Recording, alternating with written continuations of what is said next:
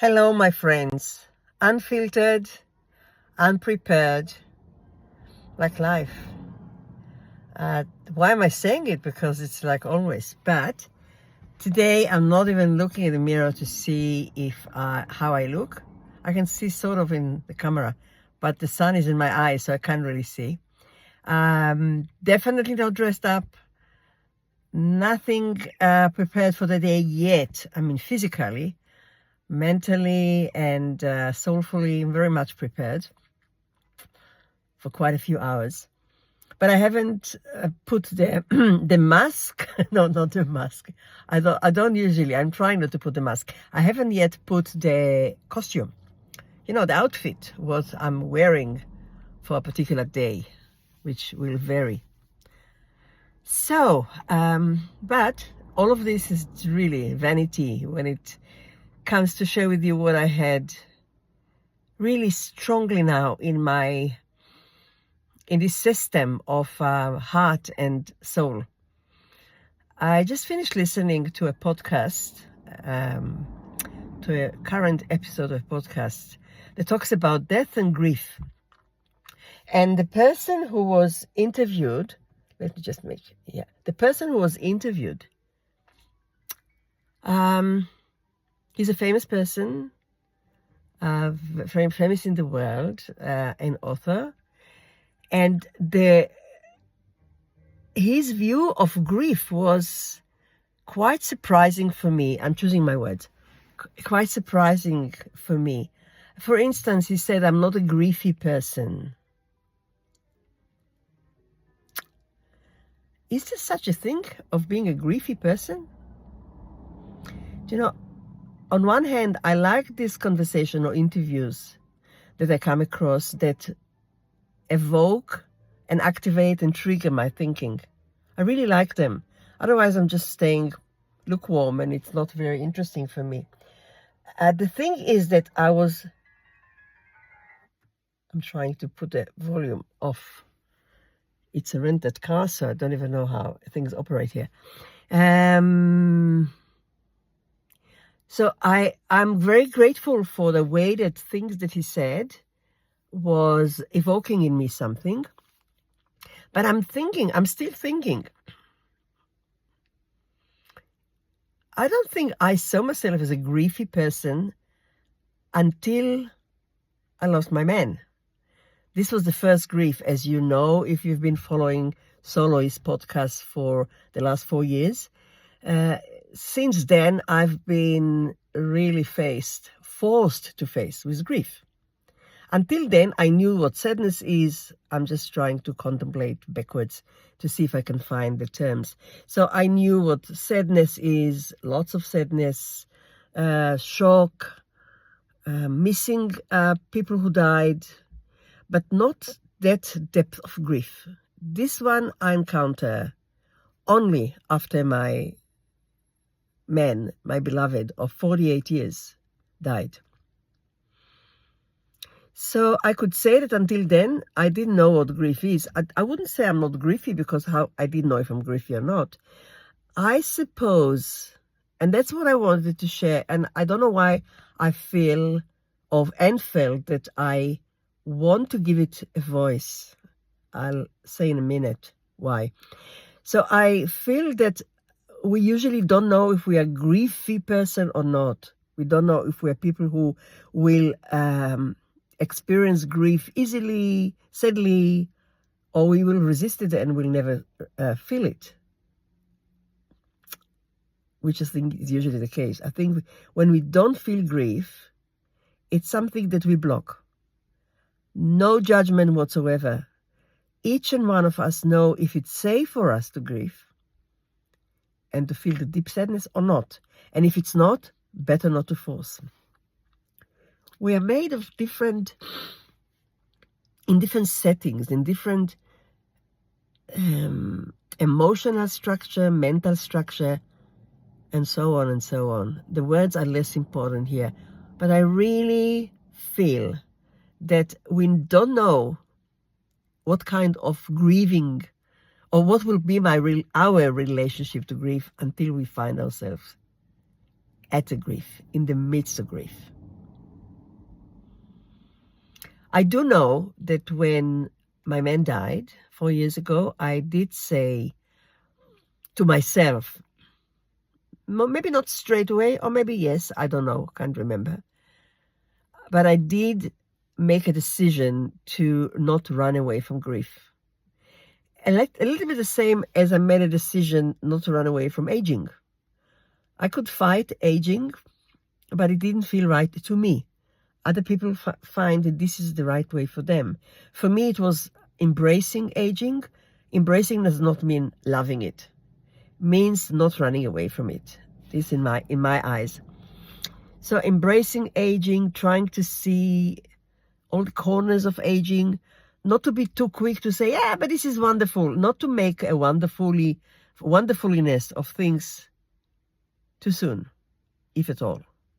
But really facing, embracing, sometimes accepting, sometimes hating, things which have to do with aging. And at the same time, I remember that I'm, in a way, fortunate to be alive, because the alternative of aging is death. And I still wanted to live. I still want to live. Not in my hands, but this is why aging was a better option for me, or embracing aging was a better option for me than running away from it or resisting it. So back to death and grief. Something in me encouraged me, pushed me, inspired me to not let any stone stayed unturned. I think this something was the grief. I called her she grief. I felt this is an entity in a feminine form. It felt feminine. And she came and introduced herself quite immediately after my man died. And she said, hello, I'm She Grief. This is my name. And if you scroll down I can't remember now because I'm not looking at the screen, but if you scroll down at the past episodes, you'll find an episode called She Grief. I'm telling her manifestation and how she appeared in my life. It was so real that it was surreal. Yeah, so this was kind of, it was a decision. It was a choice. I don't know if she chose me, I chose her, but we needed to live together. We needed. It was really a matter of life and death. And then, since then, I can say that I can be a grieving person. I want to say I know how to grieve, but it sounds so stupid, know how to grieve, as if I needed to go to university and study how to grieve. Definitely not. Just as to run away as far as possible from anything which has to do with thinking of it. It's just a combination. It's the whole system of heart, mind, brain, body, elements. So why did I say that I felt the need to say it now, before driving back home?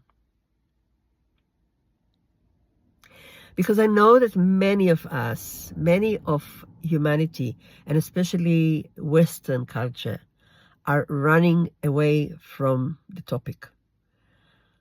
At my age, I have very few people, very few friends, acquaintance that are willing to talk about death. I'm learning now to ask, is it okay to talk about death? And if they're brave enough, they're brave enough to tell me what they feel, they'll say, no, I'd rather not. So very, very, very few people I know that say, yeah, let's talk about death. Let's talk about death. And it makes me sad because I don't have many people that I can talk like this with.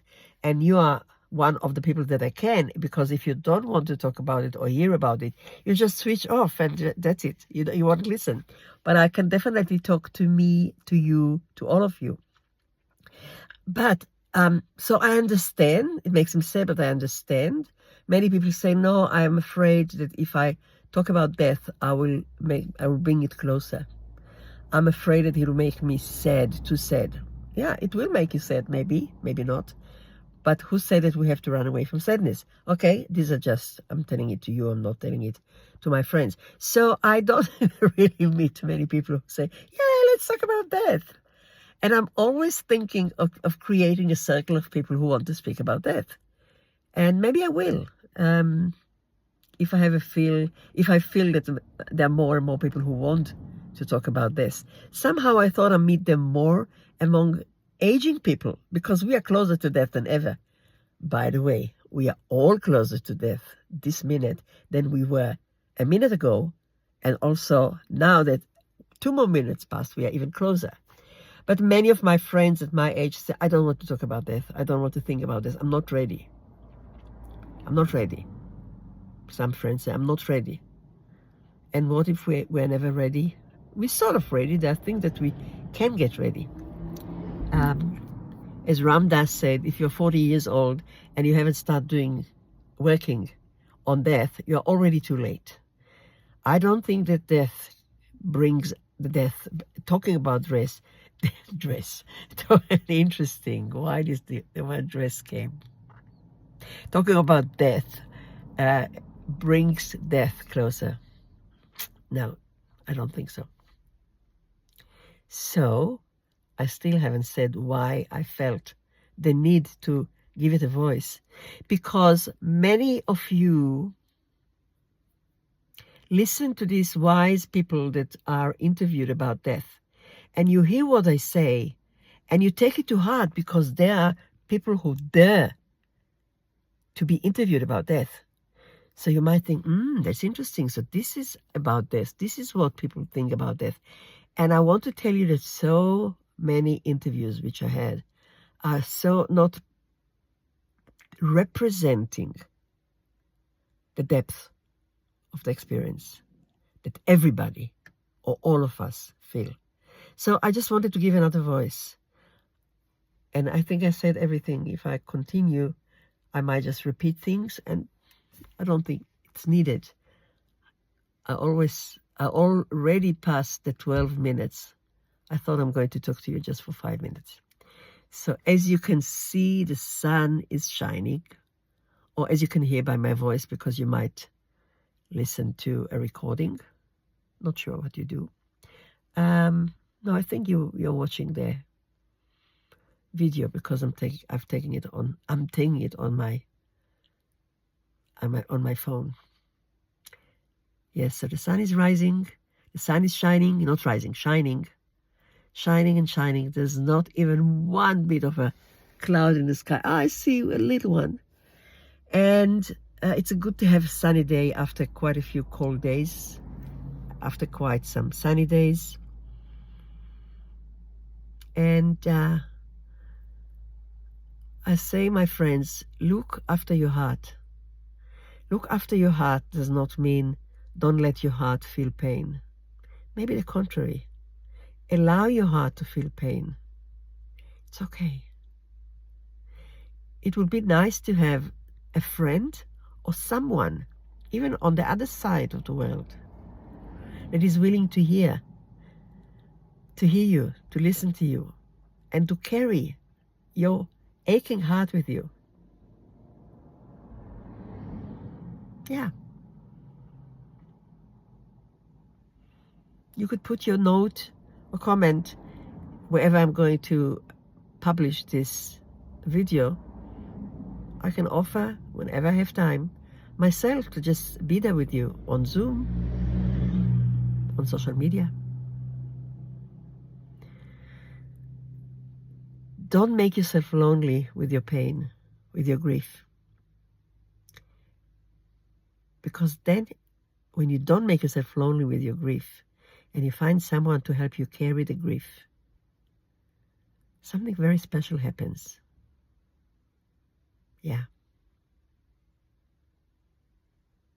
Be well.